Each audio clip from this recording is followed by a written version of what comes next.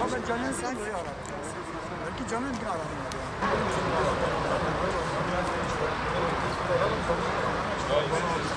Burada fotoğraf çekiyor. Artık İsimleri vermiyorum. Vermek istemiyorum zaten. Herkes dünya biliyor. Bir şey daha gelecek. Ama bu çocuklara hak Ama 5 senedir sen, ben de 6 yıldır oğlumu görmemişim. Sen oğlum zarabet. Bak senin kardeşini PKK ve HDP ve PKK tarafından senin kardeşin öldürüldü. Oğlum çık gel. Askeri görevini, hayalini, bütünü benim elimde aldılar. Ömrü, benim...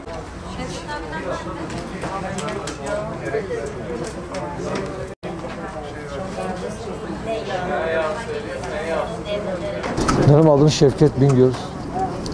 Ben Tuncay Bingöl'ün babasıyım. 17 aydır burada oturuyorum. Benim çocuğum İstanbul Arnavutköy İl Teşkilatı, HDP İl Teşkilatı tarafından kaçırıldı, daha gönderildi. Çocuğu kandırıyorlar, binasına götürüyorlar. O binada da çocuğun çayına ilaç atıyorlar, bayıltıyorlar. O bayılan haliyle getirip bu binada kaydını yapıyorlar. Bu Kandil binası.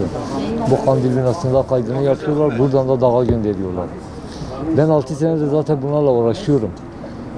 Benim çocuğumu göndereni ben içeri attım. İçeridedir. HDP bugün gelip de bana diyemez ki sen benim çocuğumu, ben senin çocuğunu götürmedim.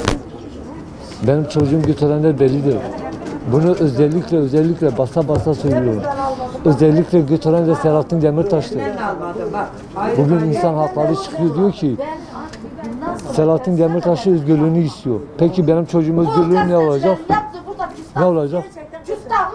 Ben Demirtaş'ın özgürlüğünü istemiyorum. Benim çocuğum özgürlüğü. Öncelik benim çocuğum özgürlüğüdür. Bu çocuklar 2014'te 15'te giden bütün çocukların Demirtaş'ın parmağı var. Demirtaş'ın parmağıyla gitti. Çünkü bu çocukların kanında Demirtaş'ın eli var. Demirtaş, Abdullah Öcalan nasıl bebek katili ise Demirtaş da aynıdır. Bizim için Demirtaş yok. Biz bunun özgürlüğünü istemiyoruz. Benim çocuğum 14 yaşındaydı, okul okuyordu. Kalemini kırdılar, eline keleş verdiler. Keleşin boyu benim çocuğumun boyunda büyüktü. Bu hakkı kim belki kim bunun sevgini veriyor? Kim veriyor buna hesabını? yemek şimdi geldi. Ben çocuğumu götüren verecek. Ben çocuğumu HDP'den istiyorum.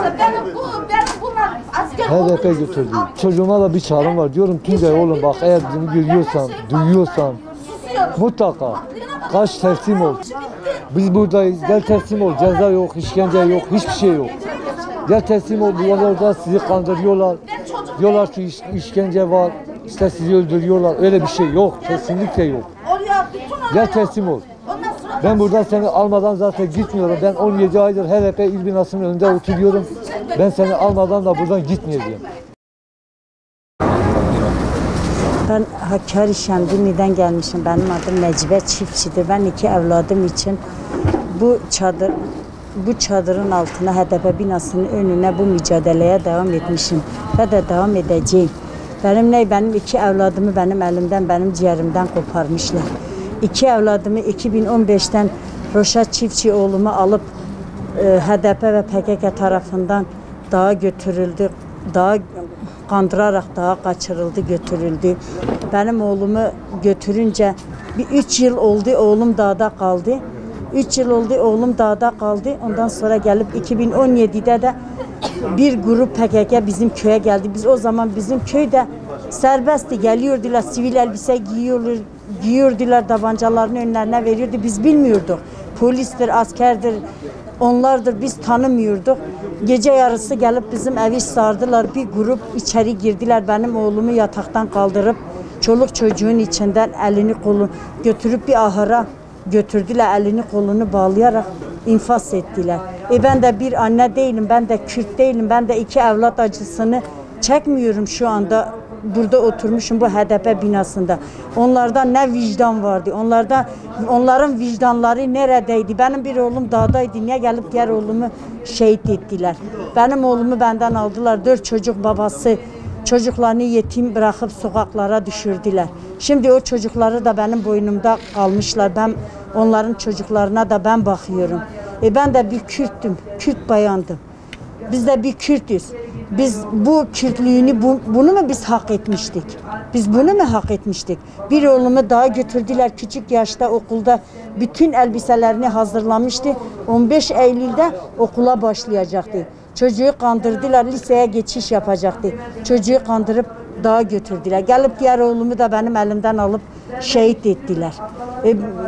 Biz bir Kürt değildik. Biz bu Kürtlüğü bunu mu hak ettik? Biz onlara ne yapmıştık? Ben oğlumu istiyorum. Ben Roşat oğlumu istiyorum. Bari diğer oğlumu şehit ettiler. Benim diğer oğlumu versinler. Ben HDP binasının önünde gitmeyeceğim. Oğlumu almadan ben buradan gitmeyeceğim. Ben oğlumu istiyorum ve oğlumu bana versinler. Ben oğlumu alıp gideceğim. Oğlum Roşat, bak ben senin annenim. Sen beni dinliyorsan her şeyi ben biliyorum. Bak sen bilmiyorsun oğlum. Seni götürdüler, senden sonra kardeşini şehit ettiler. Ben senin annenim. Her şeyi ben biliyorum. Sen anneni dinlersen sen çekip gelirsin. Bak senin kardeşini PKK ve HDP ve PKK tarafından senin kardeşin öldürüldü. Oğlum çık gel. Askeri görünce, polisi görünce, asker polise teslim ol. Bak size bir kucak açmışlar. Yeter artık oğlum. Yeter, bizi bu acılar içinde davratma.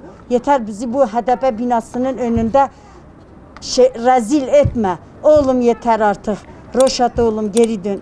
Anneni dinlersen geri döneceğim.